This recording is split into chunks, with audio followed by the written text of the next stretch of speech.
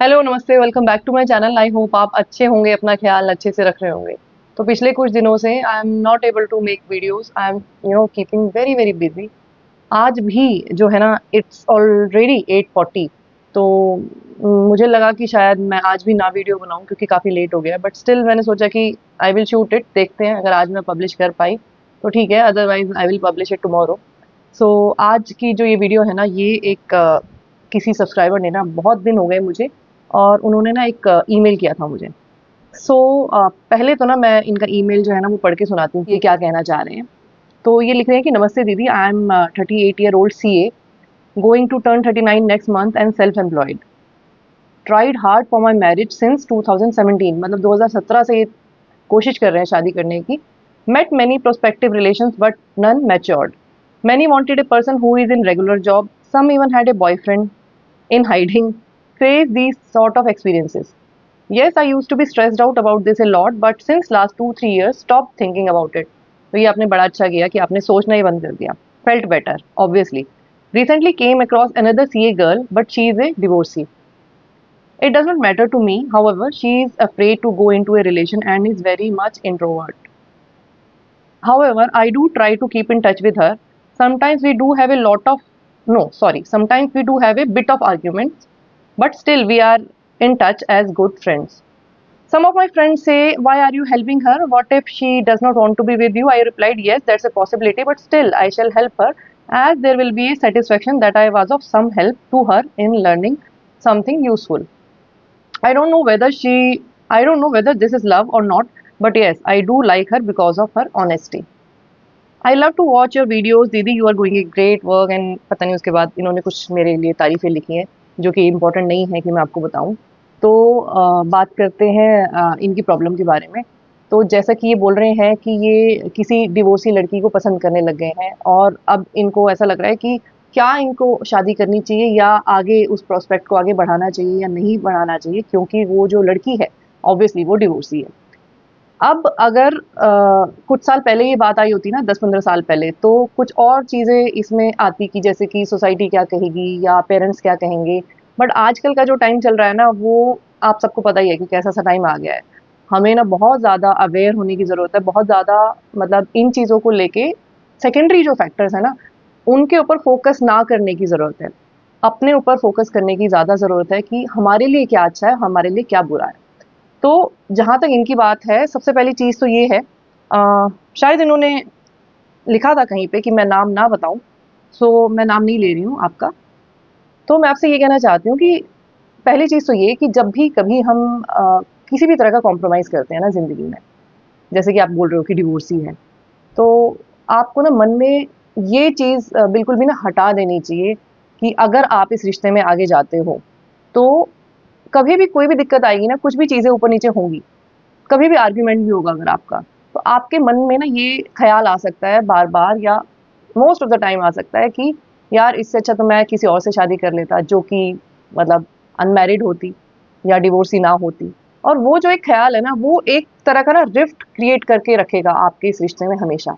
तो पहली चीज़ तो ये है कि अगर आप जाएँगे इस प्रॉस्पेक्ट के लिए, तो अपने मन को बिल्कुल 100% क्लियर करके, अपने मन को ना मतलब साफ करके बिल्कुल, कि आपके लिए वो जो लड़की है वो बिल्कुल बराबर होनी चाहिए बाकी की लड़कियों के जो कि अनमैरिड हैं।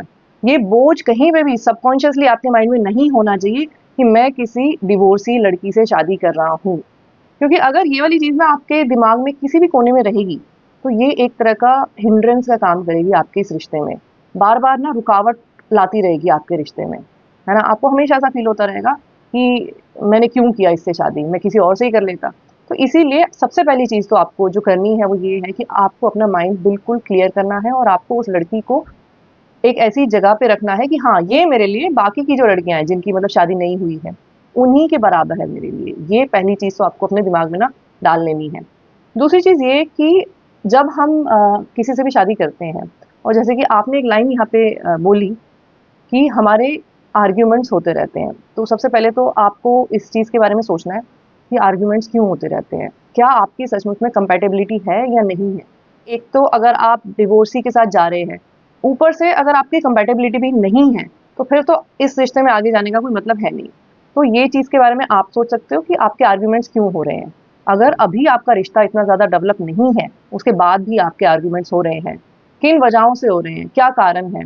ये थोड़ा-सा ना आपको खुद काम करना पड़ेगा कि क्या सचमुच में आपके बीच में कंपैटिबिलिटी है भी या नहीं है, या आपको सिर्फ़ जैसे कि आपने लिखा कि उसकी ऑनेस्टी मुझे अच्छी लगी और उसकी वज़ह से मैं उसको लाइक करता हूँ। सिर्फ़ एक ऑनेस्टी से तो काम चलेगा नहीं, है ना? कंपैटिबिलिटी में बहुत सारी चीज़ें आ जाती हैं। तो आपको ये खुद सोचना है कि सचमुच में क्या आप दोनों एक-दूसरे के कंपैटिबल हो या नहीं हो? और तीसरी चीज़ जो आपको करनी है ना, वो ये है कि आपको उस लड़की से ना ओपनली बात करनी है। एज़ ए फ्रेंड आप उससे बात करो कि क्या रीज़न रहे हैं डिवोर्स के? मतलब किन कारणों की वज़ह से उसका डिवोर्स हुआ है? आपको ना इस चीज़ में बहुत डीप में जाने की ज़रूरत है, क्योंकि हम कहीं न कहीं ना हमारा जो माइंड है या हमारा जो माइंडसेट है, वो इस तरह का है कि अगर हम कभी सुनते हैं ना कि किसी का डिवोर्स हुआ है, तो हमें लगता है कि कहीं न कहीं इस इंसान का फ़ॉल्ट रहा होगा, व्हिच इज़ नॉट ट्रू। ऐसा नहीं है कि हमेशा फ़ॉल्ट रहा ही होता है। बट स्टिल क्योंकि हमारा माइंड इस तरीके से सोचता है, तो अपने माइंड को एक कंक्रीट आंसर देना, एक कंक्रीट लॉजिक देना बहुत ज़रूरी है कि हाँ, ये कारण थे जिसकी वज़ह से इस लड़की का डिवोर्स हुआ है, या इसका जो पार्टनर था उसमें क्या ऐसी खामियां रही जिसकी वजह से इसका डिवोर्स रहा है। आपके माइंड को एक स्टेबिलिटी महसूस होनी चाहिए जब आपको वो रीज़न पता चल जाते हैं ना कि हाँ, कि ये रीज़न थे जिसकी वजह से ये नहीं रह पाई उस इंसान के साथ, और आपको वो रीज़न जो है ना, वो लॉजिकल लगनी चाहिए, वो समझ में आनी चाहिए। आपको ऐसा लगना चाहिए कि हाँ, ये सारे ना वैलिड रीज़न है। इस चीज़ को आपको बहुत अच्छे से समझने की कोशिश करनी है। एक चीज़ और भी है, आजकल का जो टाइम है, जैसे हम सबको पता है कि टाइम तो जो है ना वो बहुत ख़राब चल रहा है, और उस टाइम ख़राब में किसी की भी इंटेंशन को पता करना थोड़ा-सा मुश्किल हो जाता है। तो और अगर ऐसा कोई केस हमारे सामने आ जाता है, तो थोड़ा-सा डाउट, जैसे मैंने पहले बोला, डाउट क्रिएट होने लग जाता है माइंड में। तो थोड़ा-सा आपको अवेयर होने की ज़्यादा ज़रूरत है, किसी भी चीज़ में आगे जाने के पहले। तो ऐसे केस में ना आपको जो अपना होमवर्क है ना उस लड़की को लेके, वो बहुत डीपली करने की ज़रूरत है। आपको बिल्कुल क्लैरिटी होनी चाहिए सारी की सारी चीज़ों को लेके, कि वो लड़की किस तरह की है, उसकी नेचर किस तरह की है, क्या-क्या कारण रहे जिसकी वज़ह से ये सारी चीज़ें हुई। तो इन सारी चीज़ों में आपको बिल्कुल क्लैरिटी होनी चाहिए। जब तक क्लैरिटी नहीं है तो आपको आगे नहीं जाना चाहिए।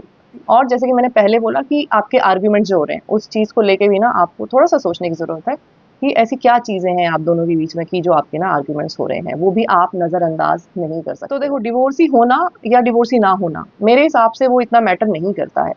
लेकिन जो एक इंसान किसी चीज़ से होके गुज़र चुका है, अब वो उस चीज़ से बाहर आ चुका है, तो आपको ये चीज़ समझना बहुत ज़्यादा ज़रूरी है कि उस इंसान ने ये फ़ैसला क्यों किया है कि अब वो उस रिश्ते में नहीं है।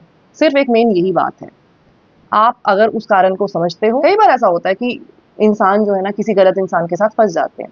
कई बार गलत इंसान नहीं भी होता तो आपस में कंपैटिबिलिटी इश्यू हो जाते हैं। बहुत ही नॉर्मल सी बात है, कुछ भी गलत बात नहीं है इन सारी चीज़ों में। आपको वो कारण समझने की कोशिश करनी है, आपको ये अच्छे से पता होना चाहिए कि ये डिवोर्स क्यों हुआ? क्या बेसिस था ये डिवोर्स होने का? अगर क्लैरिटी आ जाती है आपको, अगर आपको समझ में आ जाता है कि हाँ, ठीक है, उस इंसान की गलती नहीं थी, या जो भी कुछ चीज़ें थी वो आपको अच्छे से क्लियर हो जाती हैं, तो डिवोर्सी होना या डिवोर्सी ना होना, इससे कोई भी फ़र्क नहीं पड़ता है। आपको अगर ऐसा लगता है कि वो इंसान एक अच्छा इंसान है, तो बेशक आप आगे बढ़ सकते हो उस रिश्ते में। तो एंड में मैं यही बोलूँगी कि ऐसे केसेज़ में दिल के साथ-साथ ना दिमाग भी आपको ना लगाने की ज़रूरत है, कोई भी फ़ैसला लेने से पहले। आज की वीडियो में इतना ही। वीडियो अगर आपको अच्छा लगा है तो लाइक और शेयर करना, चैनल पे अगर पहली बार आए हो तो सब्सक्राइब करना बिल्कुल मत भूलना। मैं आपसे फिर मिलूँगी एक नए वीडियो के साथ। तब तक अपना ध्यान रखिए। Lots of love to you. Take care. Bye bye.